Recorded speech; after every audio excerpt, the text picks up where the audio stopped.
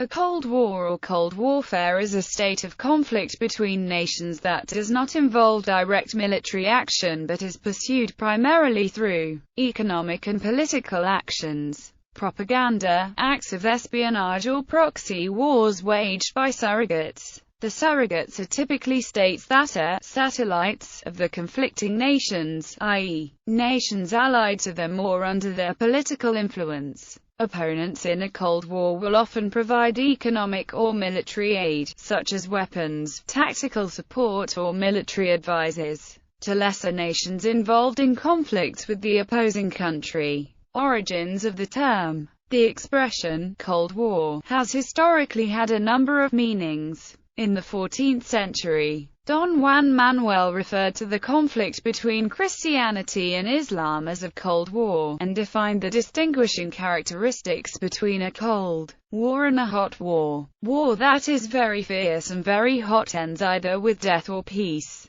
whereas the Cold War neither brings peace nor confers honor on those who wage it. Then, after World War II, George Orwell used the term in the essay You and the Atomic Bomb, published October 19, 1945, in the British newspaper Tribune. Contemplating a world living in the shadow of the threat of nuclear war, he warned of a peace that is no peace, which he called a permanent Cold War. Orwell directly referred to that war as the ideological confrontation between the Soviet Union and the Western powers. Moreover, in The Observer of March 10, 1946, Orwell wrote that, after the Moscow Conference last December, Russia began to make a Cold War on Britain and the British Empire. The definition, which has now become fixed, is of a war waged through indirect conflict. The first use of the term in this sense, to describe the post-World War II geopolitical tensions between the USSR and its satellites and the United States and its Western European allies, is attributed to Bernard Baruch,